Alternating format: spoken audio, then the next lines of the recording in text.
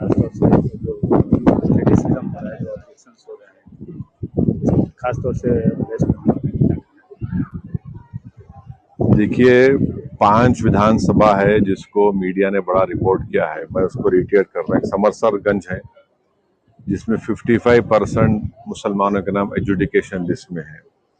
एक मोताबारी है, वहाँ 54.2% मुस्लिम नेम्स एजुकेशन में है। एक मनिक चाक है, उसमें 50% है। एक बहरामपुर है, वहाँ 61.6% मुस्लिम नेम्स जो एजुकेशन लिस्ट में है। अब ये वोट ही नहीं डाल पाएंगे क्योंकि फॉरेनर्स ट्राइब्यूनल कब डिसीजन लेगा। तो हम ये उम्मीद करते हैं कि जल्द से जल्द ये फॉरेनर्स ट्राइब्यूनल बनाया जाए। बहुत से लोगों के नाम शामिल भी किए गए, मगर बहुत से लाखों लोग अभी बाहर है, लोग परेशान हैं, कोई लाइन में खड़ा है, कोई कोई क्लू नहीं है किसी के पास। तो इसमें क्लैरिटी लाने की बेहद ज़रूरत है और हम उम्मीद करते हैं कि election commission of India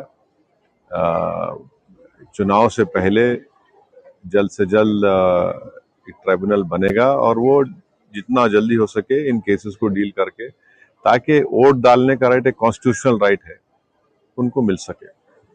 sir, जो सीज फायर हुआ है ईरान और अमेरिका के सीज फायर हुआ, उसको कैसे आप देख रहे हैं?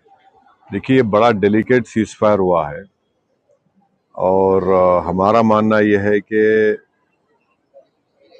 हालिया सालों में एक तो रशिया यूक्रेन का क्राइसिस हुआ, फिर इजराइल ने 7 अक्टूबर के बाद जेनोसाइड गाजा में किया, तीसरा ये इजराइल और यूएस ने मिलकर ईरान पर हमला किया।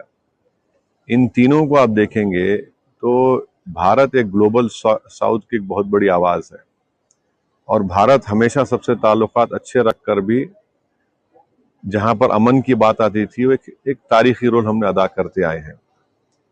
मगर मैं फिर से इस बात को दोहरा रहा हूं कि प्रधानमंत्री का इजराइल का दौरा, उसका टाइमिंग बहुत गलत था। और चौथी बात यह है कि ये आप देख लीजिए कि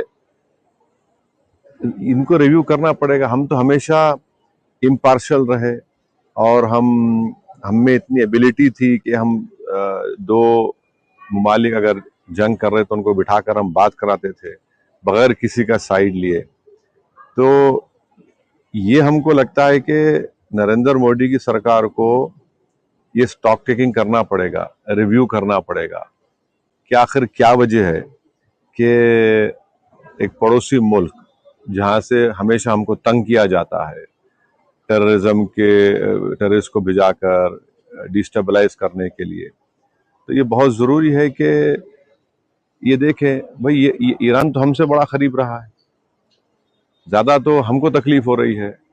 स्ट्रेट ऑफ हॉर्मुज है, वहां से नहीं आ रहे हैं, गैस नहीं आ रहा हमारे पास। तो सीजफायर हुआ है तो उम्मीद करते हैं कि जो एनर्जी क्राइसिस आज देश में है वो उसमें कमी आएगी। मगर एक स्टॉक टेकिंग और रिव्यू करने की जरूरत है मोदी सरकार को कि आखिर भारत वो रोल क्यों अदा नहीं कर सका जो तारीखी तौर पर हम अदा करते आए हैं। और प्रधानमंत्री क्यों गए इजराइल को, और जबकि नेतन्याहू को भारत आना था, वहां पर प्रधानमंत्री जाकर जो मैसेज गया है कि हम उनके साथ खड़े हैं। फिर बाद में हमला हुआ, उसके 5 दिन के बाद हम लोग कंडोलेंस दिए।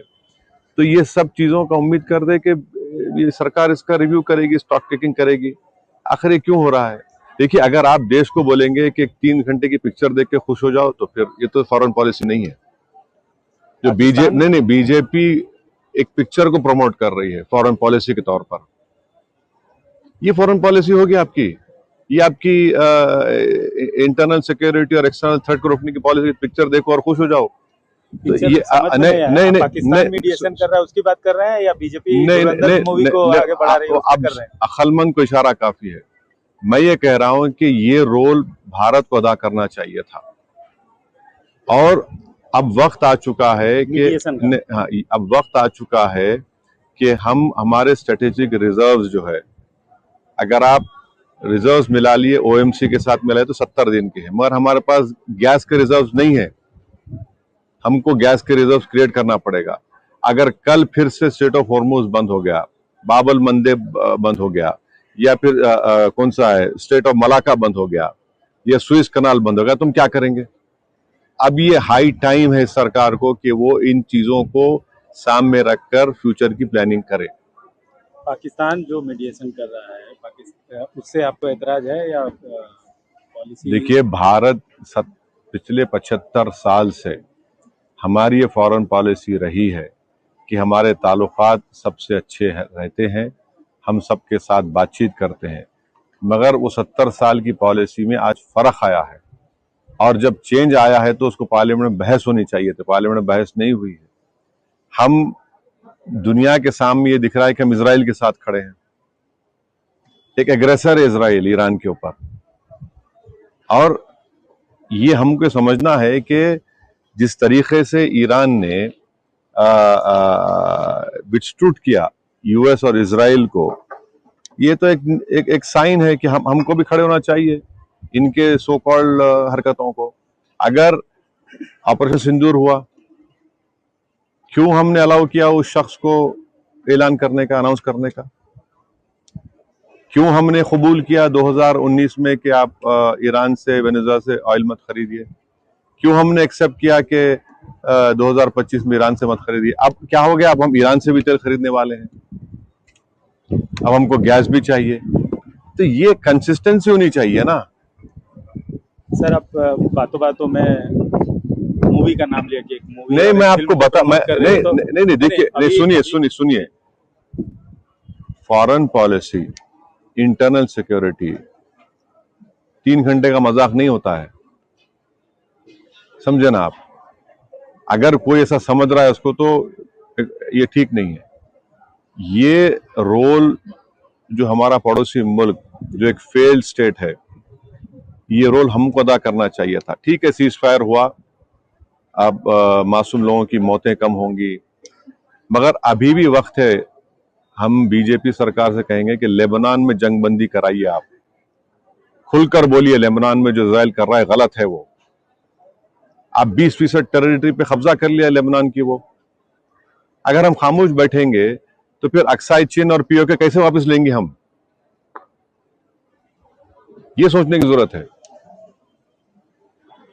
अभी मैं फिर से पूछ रहा हूँ, अभी बीजेपी एक फिल्म को प्रमोट कर रही है। मैं उस सवाल का जवाब देकर जो सीरियसनेस है इस डेवलपमेंट का, उसको कम करना नहीं चाहता हूं।